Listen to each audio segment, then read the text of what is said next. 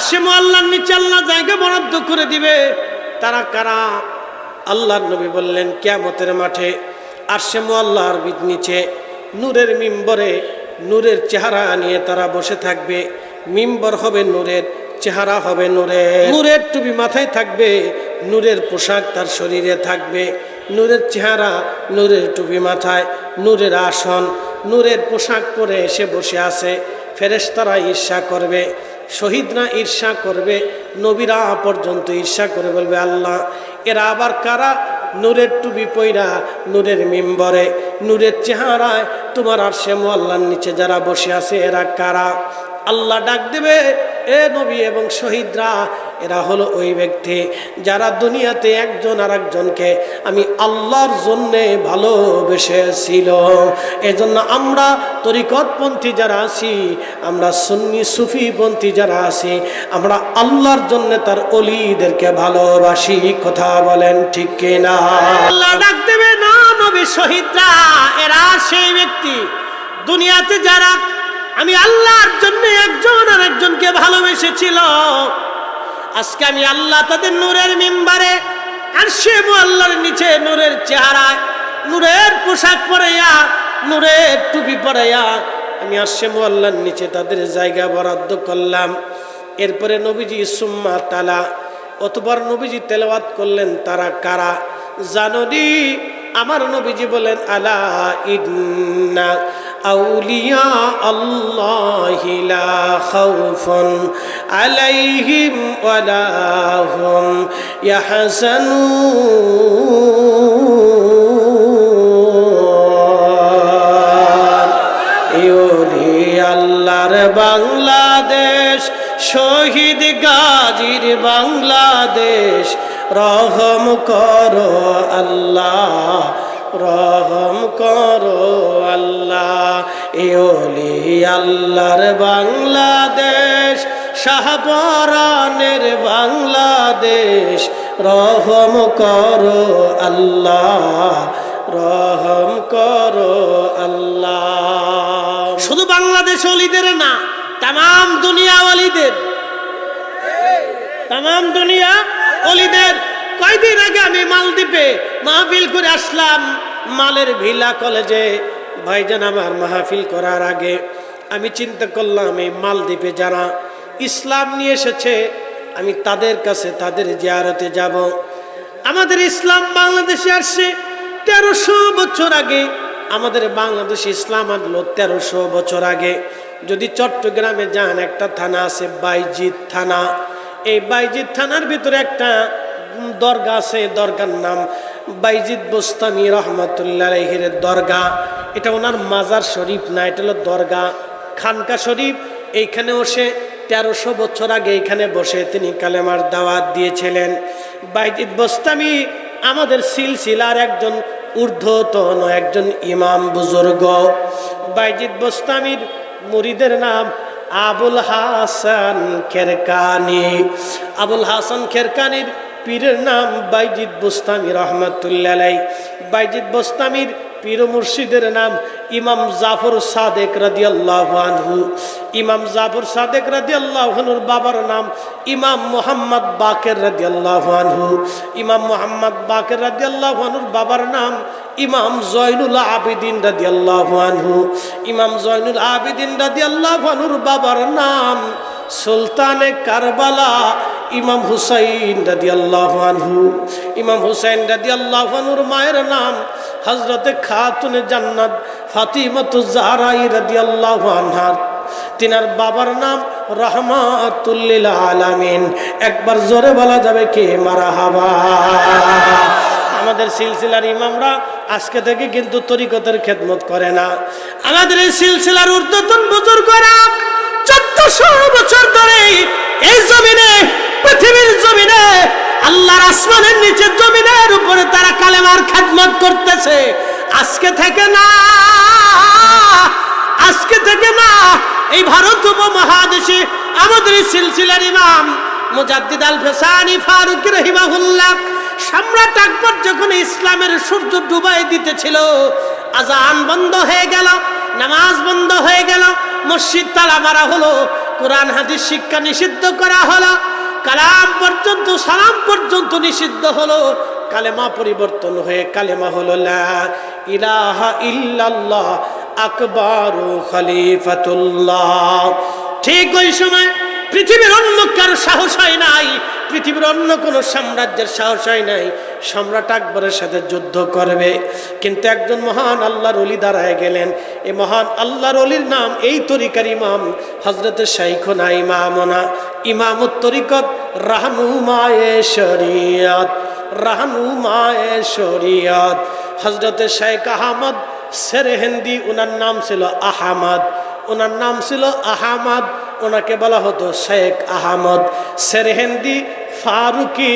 উনি হযরত ওমর রাদিয়াল্লাহু আনহুর বংশধর ছিলেন।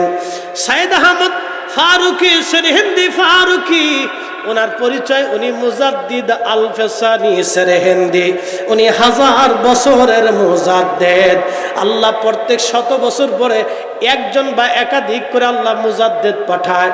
আল্লাহর ওলি থাকে, কুতুব থাকে, আবদাল থাকে, আকতাব থাকে। বিভিন্ন জায়গায় ওলিদের শ্রেণী আছে, ভাগ আছে, গ্রুপ আছে। মুজাদ্দিদরা হলো সবচেয়ে উচ্চ পর্যায়ের ওলিদের তবকা। মুজাদ্দিদ আল ফেসানি সেরহিন্দি ফারুকি তিনি এই জমিনে এসে সম্রাট আকবরকে পরাভূত করে, সম্রাট জাহাঙ্গীরকে পদানত করে, তলোয়ারের মাধ্যম দিয়ে না, রক্তপাত করে না, বিনা রক্তপাতে আল্লাহর দেওয়া বেলায়েতি শক্তি দিয়া এই জমিনে যিনি কালেমার পতাকা উড্ডীন করেছিলেন তিনি আমাদের তরিকার ইমাম হযরতে শেখ আহমদ সেরহিন্দি ফারুকি। একবার জোরে বলা যাবে কি মারহাবা। মিসকিনাম দরেগাহাত চুফার মায়ে নজর বারে বহালম হাক নজর ফরমা কে খাকে পা এ মিসকিনাম মুজাদ্দিদ আল ফেসানি মান মুজাদ্দিদ আল একদল আইছে বুকের উপরে হাত বাঁধাবে। কি কথা কর না কে? হ্যাঁ, বুকের উপরে হাত বাঁধতেই হবে, এটাই ঠিক। সহিহ হাদিসে আসছে এটাই ঠিক। নাভির নিচে হাত বাঁধাবে ঠিক, মানে এমন ভাবে কইতেছে মনে হয় যে উনারটা একবারে 14 পুরুষ 14,000 বছর ধরে উঠিয়ে। আরে বেটা, 1450 বছর ধরে আমরা ঠকের উপরে আছি। আমরা রাকাবির দেশে কালেমা না দিলে তোমাদের 14 পুরুষের কালেমা নসিব হইতো না। আমরা রাকাবির দেশে কালেমা দিয়ে গেছে, শিক্ষা দিয়ে গেছে। কথা বলেন না কেন? কালেমার সূর্য তো ডুবে গিয়েছিল। আল্লাহ মুজাদ্দিদ আল ফেসানি সেরহিন্দিকে দিয়া আবার এই ভূখণ্ডের কালেমার সূর্যকে আল্লাহ উঠিয়ে দিলেন। যাদের মাধ্যমে কালেমা পেয়েছি, ইসলাম পেয়েছি, নামাজ পেয়েছি, দ্বীন পেয়েছি, ধর্ম পেয়েছি, তারা যেইভাবে আমাদেরকে শিখিয়ে গেছে আমরা সেইভাবেই মানব। কথা বলেন ঠিক না বেঠিক? সম্রাট আকবর ইসলামকে নিষিদ্ধ করে দিলেন পুরা ভারতবর্ষে। ইসলাম নিষিদ্ধ, কালেমা পরিবর্তন হয়ে গেল। লা ইলাহা ইল্লাল্লাহু মুহাম্মাদুর রাসূলুল্লাহ সাল্লাল্লাহু আলাইহি সাল্লাম এই কালেমার পরিবর্তে সম্রাট আকবর কালেমা বানাইলো লা ইলাহা ইল্লাল্লাহ আকবারু খলিফাতুল্লাহ।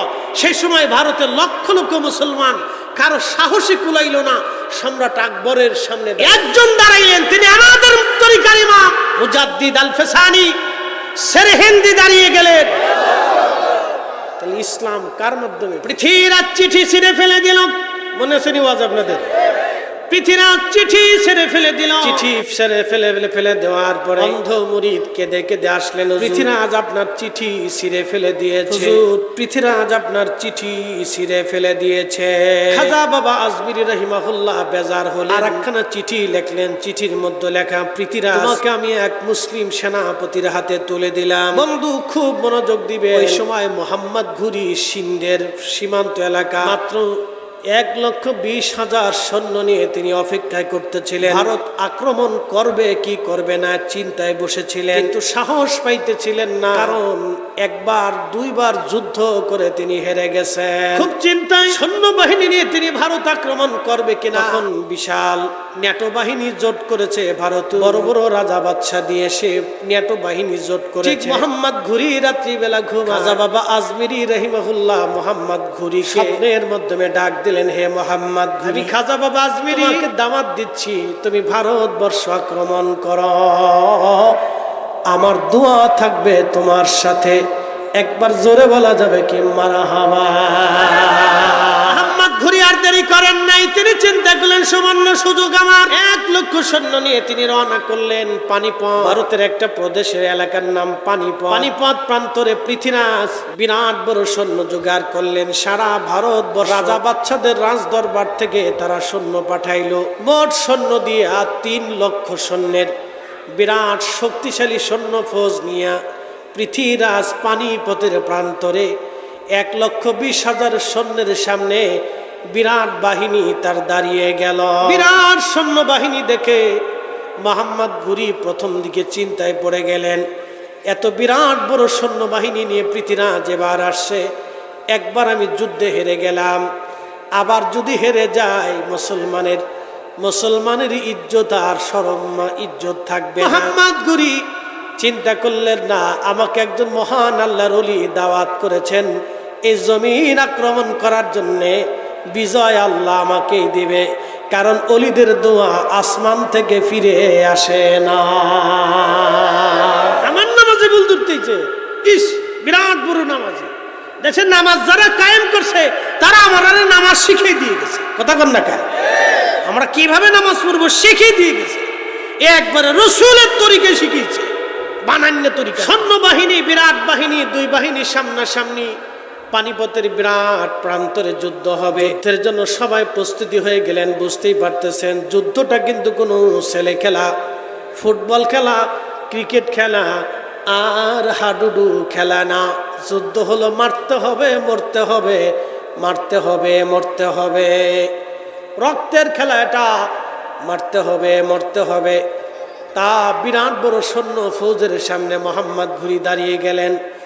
যুদ্ধ চলতেছিল, দীর্ঘদিন যুদ্ধ চলল, যুদ্ধ দীর্ঘদিন গড়াইতে লাগলো, যুদ্ধ প্রচন্ড আকার ধারণ করলো, বহু মুসলমান সৈন্য হতাহত হলো, মুসলমানরা ময়দানে দাঁড়াইতে পারে না। মোহাম্মদ ঘুরি একটা দূত মারফত খাজা বাবা আজমিরির কাছে লোক পাঠাইলেন, তাড়াতাড়ি যাও খাজা বাবা আজমিরিকে যায় বলো মোহাম্মদ ঘুরি যুদ্ধের ময়দানে বিপদগ্রস্ত হয়ে গেছে, আজকে খাজা বাবার দোয়া ছাড়া মোহাম্মদ ঘুরির আর কোনো সম্বল নাই। একবার জোরে বলা যাবে কে মারহাবা।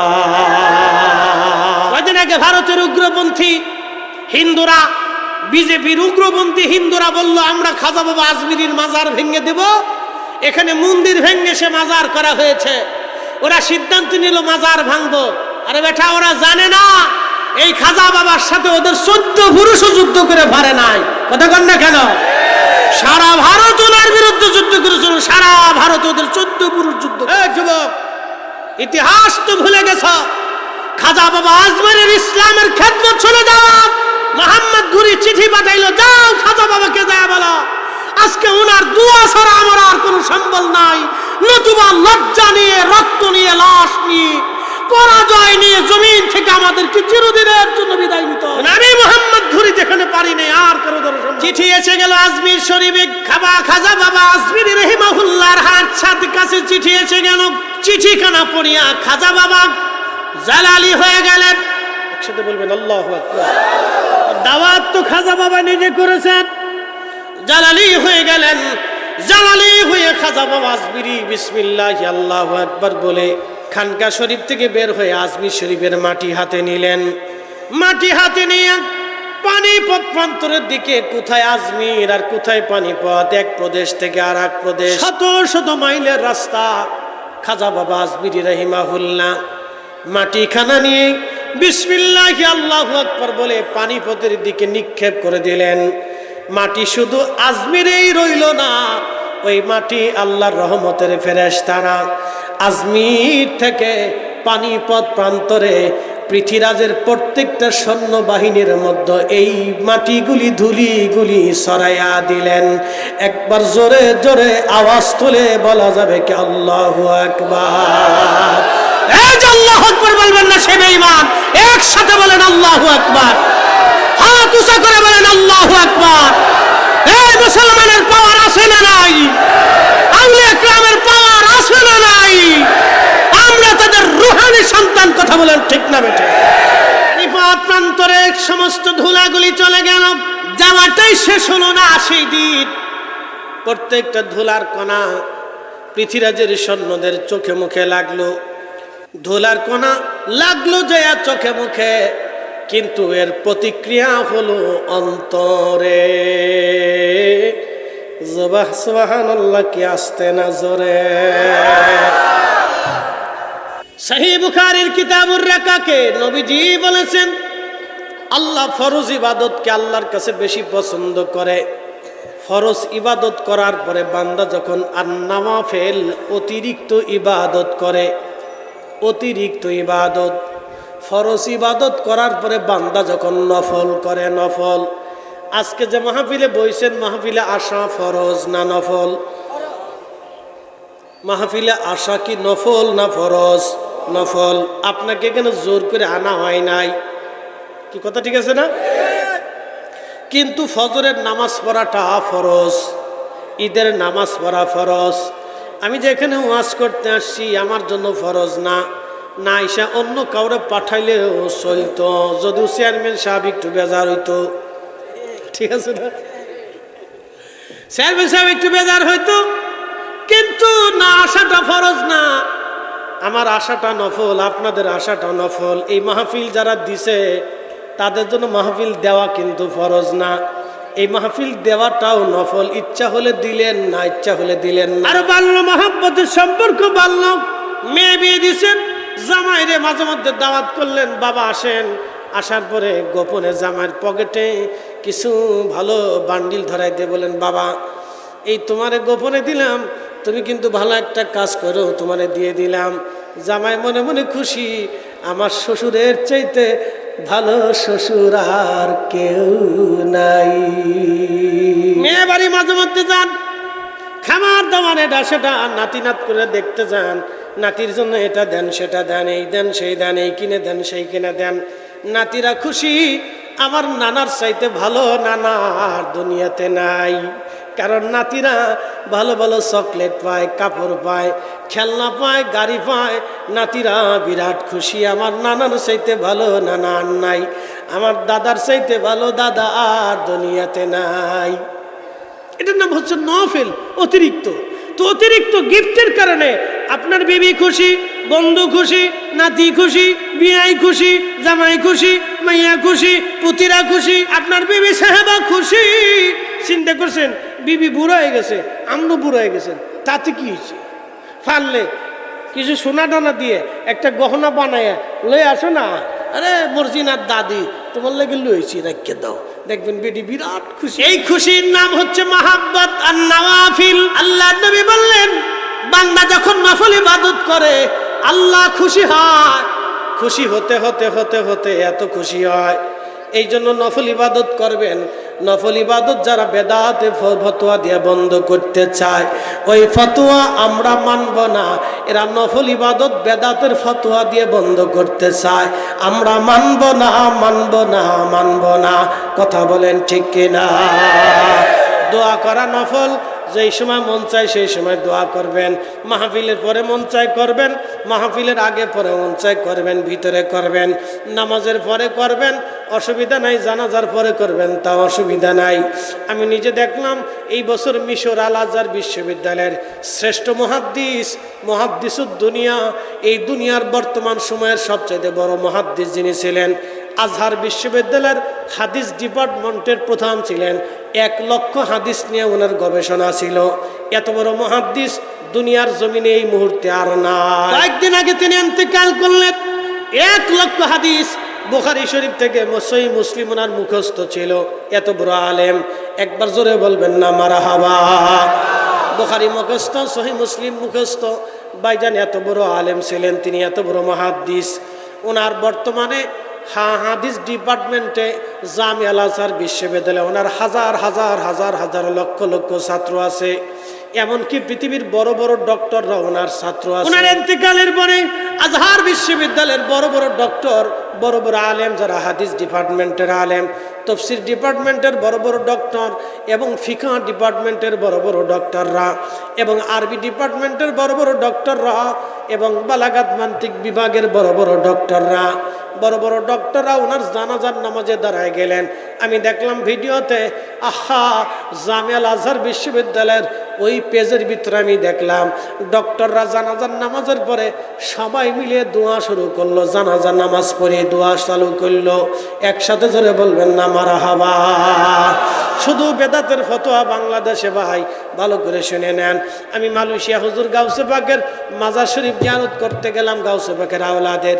ওনার মসজিদে যায় দেখলাম আজানের আগে কোরআন শরীফ তেলাওয়াত করতেছে, দুরূদ সালাম পড়তেছে। আমি মালয়েশিয়ার পুত্র যাইয়া সেন্ট্রাল মসজিদে নামাজ পড়তে গেলাম, ওদের পার্লামেন্টের সামনে যে মসজিদ, অনেক চমৎকার মসজিদ, সুন্দর একটা এরিয়া, মনোরম, খুবই সুন্দর, না গেলে বুঝবেন না। এই মসজিদে মাগরিব পর্ব, মাগরিবের আগে দেখলাম ওরা কোরআন তেলাওয়াত করতেছে, দুরূদ পড়তেছে। ইমাম সাহেব একজন বিজ্ঞ আলেম মনে হলো, কোরআন তেলাওয়াত অত্যন্ত সুন্দর। নামাজ শেষ করার পরে উনি দেখলাম দোয়া করলেন, নামাজের পরে দোয়া করলেন। হুজুর গাউসে পাকের আওলাদের মাজার জিয়ারত করতে গেলাম, সেইখানে যাওয়ার পরে দেখি আজানের আগে দুরূদ সালাম পড়া হলো, এরপরে আজান হলো, নামাজের পরে দোয়া হলো, এরপরে নামাজ শেষ করার পরে মিলাদ শরীফ পড়া হলো। একবার জোরে বলা যাবে কে মারহাবা? খালি বাংলাদেশে বেদাতে শুনে যাবেন ভালো করিয়া, হাজিরিন ভালো করে শুনে যাবেন। দোয়া চলবে, কোরআন খতম চলবে, চলবে না? আস্তে কোনকে ডরে ডরে করনি, জোরে বলেন চলবে। মুসলমানের ঘরে ঘরে কোরআন খতম হবে, কথা কোন ঠিক কিনা? মুসলমানের ঘরে ঘরে ঘরে ঘরে কোরআন খতম হবে। আমি মালদ্বীপে গেলাম, সেই যারা ইসলাম এনেছিলেন 400 বছর আগে, আমি ইব্রাহিম ইস্কান্দারি রাহিমাহুল্লাহর মাজার জিয়ারত করলাম। আল্লাহু আকবার, ওনার মাজারের পাশে দাঁড়ায় দোয়া করলাম। আল্লাহ, 400 বছর আগে ওনারা কালেমা নিয়ে এসেছিলেন, 400 বছর আগের করা সেই মসজিদে নামাজ পড়লাম, এখনো সেই মসজিদের মিনারা আছে। বন্ধু খুব মনোযোগ দিবেন, 400 বছর আগে ওনারা কালেমা নিয়ে এসেছিলেন। ওনার কোরআন তেলাওয়াতের কারণে মালদ্বীপে একদিনে একসাথে মালদ্বীপের সমস্ত মানুষ কালেমা পড়ে মুসলমান হয়েছিল। কোরআনের মোজেজায়, কোরআনের তাসিরে একটা দৈত্য জিন মালদ্বীপ থেকে পালিয়ে চলে গিয়েছিল। প্রত্যেক বছর ওই দৈত্য জিনটা সে মানুষ হত্যা করত। ইব্রাহিম ইস্কান্দারি ওই সাগরের পরে দাঁড়ায় দাঁড়ায় কোরআন পড়েছিলেন রাত্রিবেলা। ওই কোরআনের আওয়াজ শুনিয়া দৈত্য জিন সাগরের গভীরে চলে গেল, ভারত মহাসাগরের গভীরে। এটা একটা মহাসাগর, যার কোনো কুল কিনারা দুনিয়ার মানুষ খুঁজে পাবে না। এই মহাসাগরের ভিতরে একটা ছোট্ট দ্বীপ, দেশের নাম মালদ্বীপ। এই দেশের ভিতরে কোরআনের আওয়াজ এখনো চলে। একদিনে একসাথে হাজার হাজার মালদ্বীপবাসী কালেমা পড়ল। ভাইজান, কোরআন তেলাওয়াত একটা দামি জিনিস, এই জন্য মুসলমানের ঘরে ঘরে কোরআন খতম হবে। আমরা আগে দেখতাম তলবে এলেমদেরকে ডেকে এনে বাড়িতে কোরআন খতম দেওয়া হইতো, এরপরে মুরব্বীদের জন্য দোয়া করা হইতো। বেদাতের ফতোয়া শুই না আমরা দেশের মুসলমানরা সেটাও বাদ দিয়ে দিছে। লাভ কিন্তু আমাদের হয় নাই, লাভ কিন্তু শয়তানের বেশি হইছে। কথা কন্যা, শয়তানের লাভ হলো কোরআন তেলাওয়াত চলবে, চলবে কোরআন তেলাওয়াত, কোরআন তেলাওয়াত চলবে। মুসলমানের ঘরে যদি নবীর দুরূদ সালাম না হয় তো কার ঘরে হবে? মুসলমানের বাড়ি যদি কোরআনের খতম না হয় তো কার ঘরে হবে? মুসলমানের ঘরে যদি কোরআন তেলাওয়াত না হয় তো কার ঘরে হবে? এই জন্য 1450 বছর ধরে দেওয়া ইসলাম আমরা কখনো ছাড়ব না, ভুলব না। এই ওলিরা এই জমিনে ইসলাম দিয়েছিলেন। খাজা বাবা আজমিরি ধুলি ছাড়লেন পানিপথ প্রান্তরের দিকে। আজমির শরীফ থেকে শত মাইল দূরে ধুলি চলে গেল। রাজা পৃথ্বীরাজের সৈন্যদের চোখে মুখে যায় পড়ল। ধুলি চোখে মুখে পড়ার পরে ধুলি শুধু চোখে মুখেই পড়ে নাই, হৃদয়ের মধ্যে কাজ করলো। প্রত্যেকটা সৈন্যের হৃদয়ের ভিতরে ভয় এসে গেল। ভয় আসার পরে হৃদয় পরিবর্তন হয়ে গেল, ভীতির সঞ্চার হলো, তারা ভয় পাইতে লাগলো।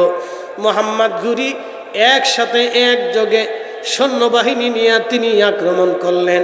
আর মুসলমানদের হৃদয়ে জিহাদের জজবা আসলো, শাহাদাতের তামান্না আসলো।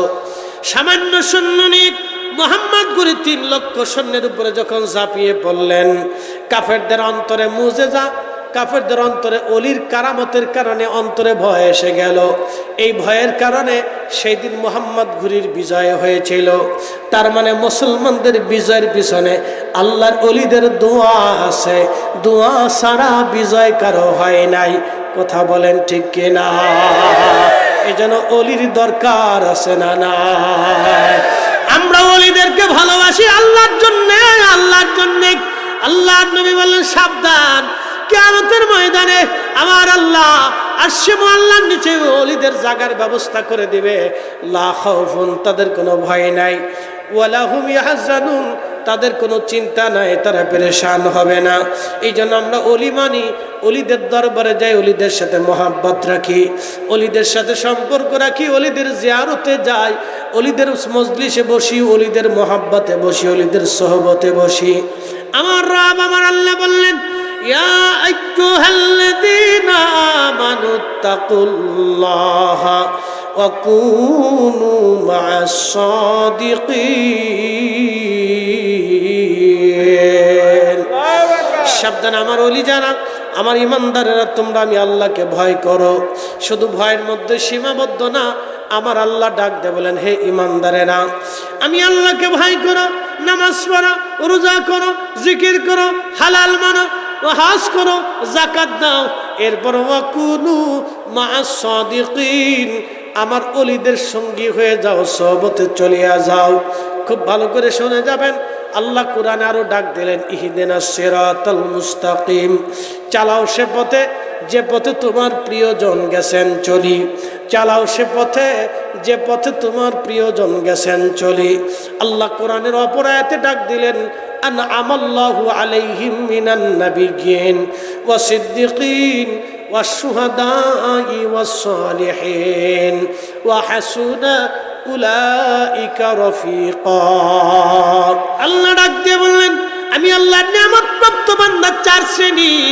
1 নম্বরে নবীরা, 2 নম্বর সিদ্দিকরা, 3 নম্বর শহীদরা, 4 নম্বর ওলিরা।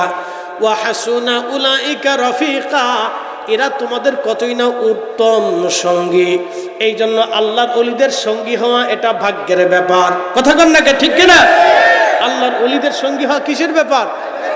আস্তে কন কেন, ডরে ডরে কন নাকি? কিসের ব্যাপার? কপাল লাগে, কপাল। এদেশে কেউ মেসির ভক্ত, কেউ নেইমারের ভক্ত, কেউ শাহরুখ খানের ভক্ত, কেউ সাকিব খানের ভক্ত, কত খান আনসান ফানসান, এডি বেডি সেডি লেডি, আজারে বাজারে ভাজাইরা, এগুলির ভক্ত। আরে বেটা, আমরা আজারে ভাজারের ভক্ত না, আমরা একজন আল্লাহর মহান ওলির ভক্ত। বেদাতি বললে আমাদের কিছু যায় আসে টাসে না। কথা কন না, ঠিক কিনা? কোন রুহু আছে সনাতনী, কোন রুহু আছে মাজুসি, আগুনের পূজা করে, কোন রুহু আছে শিখ, গুরুদুয়ারায় যায়, কোন রুহু আছে লালনের ভক্ত, লালনের আখড়ায় যায়, কোন রুহু আছে খ্রিস্টান, যারা খ্রিস্টান ধর্ম মেনে চলে, কোন রুহু আছে আপনার এই ইয়াজিদি, তার ইয়াজিদি ধর্ম মানে, ইয়াজিদি কিন্তু একটা ধর্ম, ঠিক আছে না ভাই? কোন রুহু আছে খারিজি, কোন রুহু আছে রাফিজি, কোন রুহু আছে শিয়া, কোন রুহু আছে মুতাজিলা, কোন রুহু আছে জবারিয়া। আবার একদল রুহু আছে তারা আহলে সুন্নাত ওয়াল জামাত। কি আসতে কনকে জোরে বলে? খাজা বাবা আজমিরি কি সবাই হইতে পারছে? মঈনুদ্দিন দেশে বহু আছে, কিন্তু মঈনুদ্দিন চিশতির মতো নাই। হযরত বাহাউদ্দিন কিন্তু দুনিয়াতে বহু আছে, বাহাউদ্দিন নকশবন্দ বুখারীর মতো নাই। আজ ইসমাইল বুখারী দুনিয়াতে বহু আছে, কিন্তু হযরত ইমাম ইসমাইল বুখারী রাহিমাহুল্লাহর মতো কেউ নাই। নুমান দেশে দুনিয়াতে বহু আছে, কিন্তু ইমামুল আজম নুমান বিন সাবিতের মতো নাই। আবু ইদ্রিস দেশে বহু আছে, কিন্তু ইমাম আবু ইদ্রিস শাফিঈর মতো নাই। হযরত আব্দুল কাদের দেশে বহু আছে, কিন্তু আব্দুল কাদের জিলানির মতো নাই। কথা কন না, ঠিক কিনা? সবাই কিন্তু হুসাইন হয় নাই, সবাই কিন্তু হাসান হয় নাই। আল্লাহ হাসান আর হুসেনের রুহুকে আলাদা মঞ্জুর করছে। সবাই কিন্তু ফাতেমা হয় নাই। ফাতেমাতুজ জাহরার রুহুকে আল্লাহ আলাদা মঞ্জুর করেছে। সবাই কিন্তু আলী হয় নাই। আলীর রুহুকে আল্লাহ আলাদা মঞ্জুর করেছে। সবাই কিন্তু রাহমাতুল লিল আলামিন হয় নাই। রাহমাতুল লিল আলামিনকে আল্লাহ আলাদা মঞ্জুর করেছে। সবাই নবী হয় নাই। নবীদের রুহুকে আল্লাহ আলাদা মঞ্জুর করেছে। সবাই কিন্তু হযরত সুফি ফতে আলী রসুলের নামা হয় নাই। এর রুহুকে আল্লাহ আলাদা মঞ্জুর করেছে। সবাই কিন্তু সৈয়দ ওয়াজিদ আলী মেহেদি বেগি হয় নাই। এই রুহুকে আল্লাহ আলাদা মঞ্জুর করেছে। সবাই কিন্তু খাজা এনায়েতপুরি হয় নাই। এই রুহুকে আল্লাহ আলাদা মঞ্জুর করেছে। সবাই কিন্তু খাজা বাবা ফরিদপুরি হয় নাই। এই রুহুকে আল্লাহ আলাদা মঞ্জুর করেছে। কথা কন না ঠিক কেন? আর আমরা আল্লাহ মঞ্জুর করেছে তাদের মুহিব্বিন ও হাসুনা উলাইকা রাফিকা, উত্তম বন্ধু, উত্তম সঙ্গী। আমরা এক উত্তম বন্ধু নির্বাচন করেছি, এক উত্তম অভিভাবক বানিয়েছি। তিনি কে? খাজা বাবা ফরিদপুরি। আমাদের উত্তম অভিভাবক, এমন এক অভিভাবক জীবনে কোনোদিন আমাদেরকে ভালো পথ ছাড়া খারাপ পথ কোনোদিন দেখাই নাই। আল্লাহর পথ ছাড়া কোনোদিন শয়তানের পথ দেখাই নেই। এই জন্য আল্লাহ বলছে হাসুনা উলাইকা রাফিকা, তাম জগতের মধ্যে তারা তোমাদের উত্তম বন্ধু। তা আমরা বাইসে উত্তম বন্ধু বানাইছি।